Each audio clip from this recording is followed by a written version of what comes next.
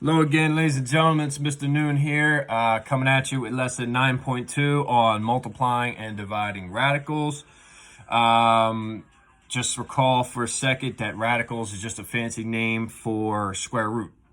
So our essential question for this lesson is, what parts of a radical expression can we actually multiply and divide together? All right, let's recall a couple things from the last lesson, 9.2, on simplifying radical expressions. We know that a radical expression is in simplest form if it satisfies these three conditions. Number one, there's no perfect square factors other than one in the radicand. That's how we simplify radicals. We look for perfect square factors, we take the square root of them, and we bring them outside of the radical. Okay, they become from the radicand to the coefficient. Okay. Number two, there are no fractions in the radicand, and that's going to be the second part. When we deal with division, that's going to be the second part of this lesson. There are no fractions in the radicand.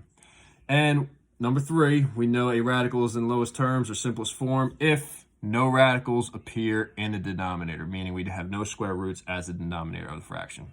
Okay. One other thing we have to recall before we move any forward is the product property of radicals. That states the square root of a product equals the product of the square roots, vice versa.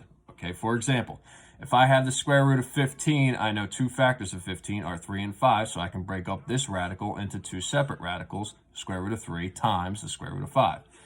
Also, same for square root of 26. Square root of 26 has two factors of it, 2 and 13, so I could say the square root of 26 is equal to the square root of 2 and the square root of 13, okay? We separate radicals or radicands and coefficients. Coefficients are the numbers outside the radical. Radicands are the numbers inside the radicand, or the radical symbol, okay? So we get down to here, how to multiply radicals, okay? First, multiply the coefficients and the radicals separately. Multiply the coefficients and the radicands separately. I'm getting confused on the terminology, but radicands, just a fancy term for the number inside the radical symbol or inside the square root. So you multiply the coefficients, the numbers outside, and then you multiply the radicands.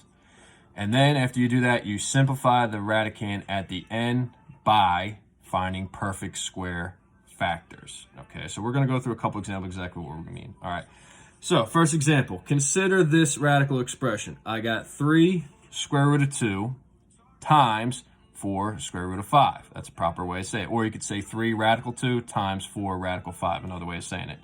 I'm going to stick to square roots because the only radicals we're dealing with in this lesson are square roots. So you can multiply 3 and 4 because they're outside the radical, okay? They're outside the house. So I can always multiply numbers together. And I can multiply 2 and 5 also because they're inside the radical.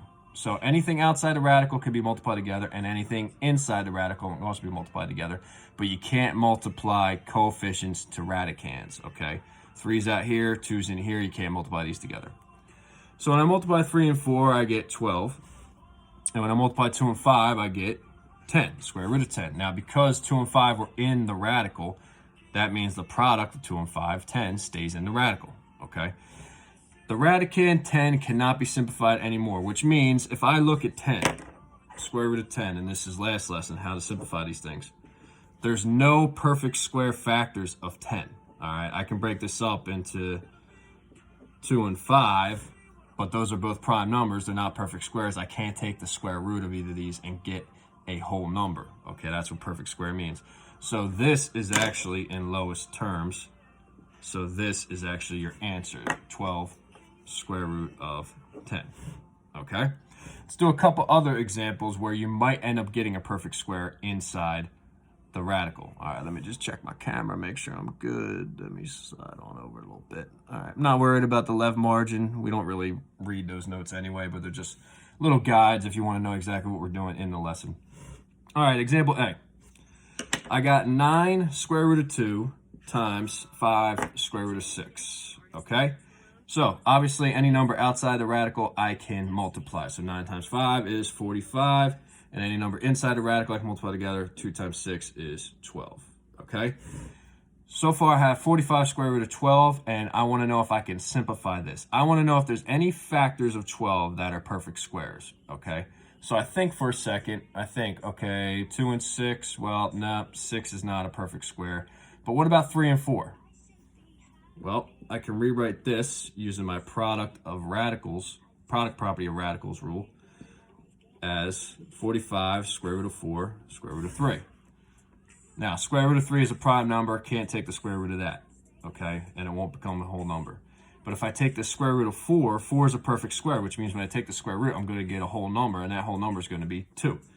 So everything's being multiplied. I end up with 45 times 2. Now I take the square root of 4, it becomes 2. Now it's outside the house.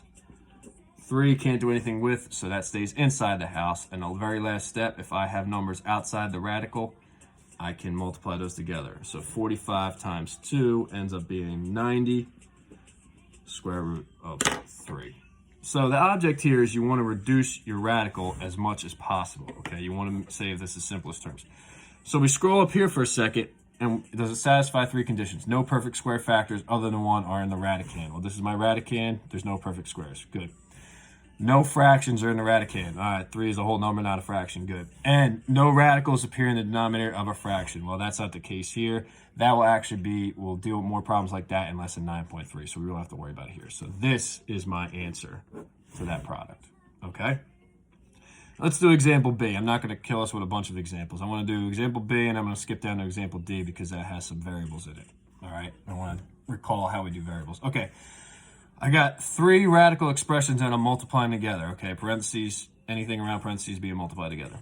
So I can multiply the numbers first. I got 4 times negative 8 times 2. When I multiply them together, well, 4 times negative 8 is negative 32. Negative 32 times 2 is actually negative 64, okay?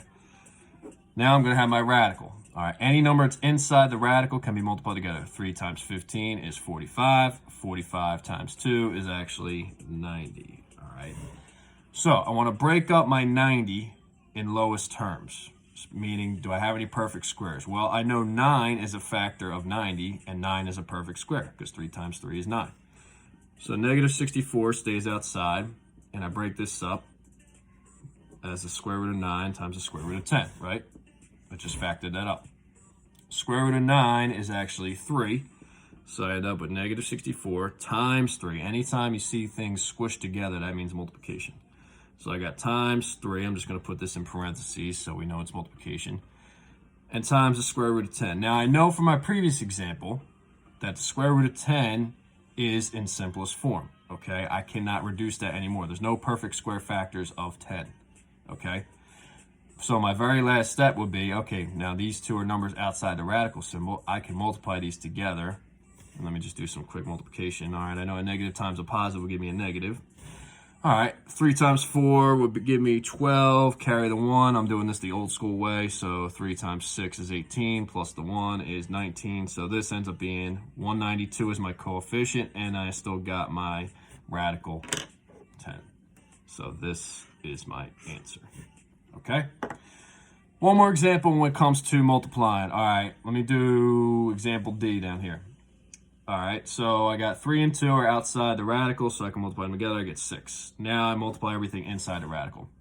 Remember, numbers can always be multiplied together, and variables can always be multiplied together as long as they're the same base, right? You just add the exponents. So I get 5 times 8 is 40.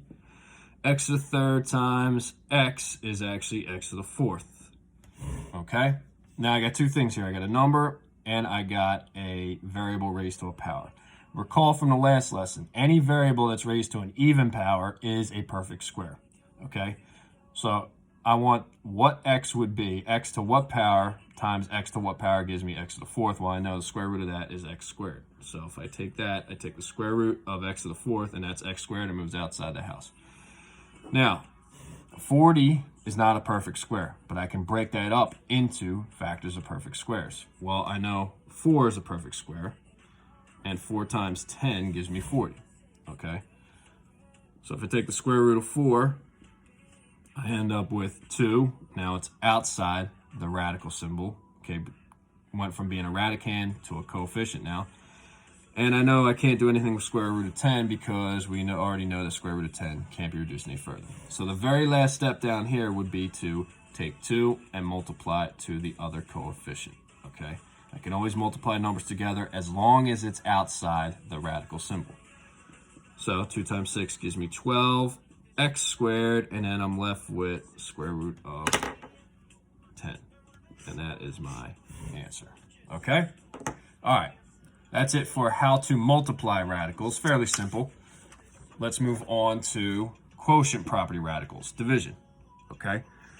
Quotient property radical states that the square root of a quotient equals the quotient of the square roots of the numerator and denominator. I know that sounds confusing, but it's actually pretty simple. If you look at this graphic, it says the square root of a fraction is equal to the square root of that numerator over the square root of that denominator. So, if I have the square root of 5/9, I can break that up as the square root of 5 over the square root of 9. Square root of 5 is a prime number, has no perfect square factor, so that stays the way it is. But square root of 9 is a perfect square, and that reduces to 3. Okay? Another brief example. I'm asked to simplify the square root of 6/8. Now, you could do this a couple different ways. In this way, they chose to simplify, reduce this fraction inside the radical first, okay? Because 6/8 reduces to 3 over 4. You can reduce that by finding a common factor and reducing to 3 over 4, okay? So I'm going to rewrite this as a square root of 3/4. Now, using my quotient property of radicals for step 2, I can rewrite this as the square root of 3 over the square root of 4, okay? So nothing different now. And then my final step is I can't have a radical symbol or a square root as my denominator. Well, lucky for us, 4 is a perfect square. So if I simplify this last part, square root of 4 ends up being 2, and I can't do anything with square root of 3 because that's a prime number, has no perfect factors, so my final answer would be square root of 3 over 2. All right. We'll try 2 examples down here, A and B, and I'll wrap this lesson up, and then you guys will practice on the rest of the examples that I haven't gotten to yet in this lesson. All right. Example A. Using my quotient property for radicals, I can rewrite the square root of 13 over 100 as the square root of 13 over square root of 100. Now, square root of 13. 13 is a prime number. I cannot simplify that any further, so that's going to stay as the square root of 13. But the square root of 100 ends up being 10 because 100 is a perfect square. And that's my answer. Okay? Let's do B because that one has variables. I want to go over this one. Okay? Using my quotient property, I can break this up as the square root of A to the 3rd power over the square root of 121. Okay?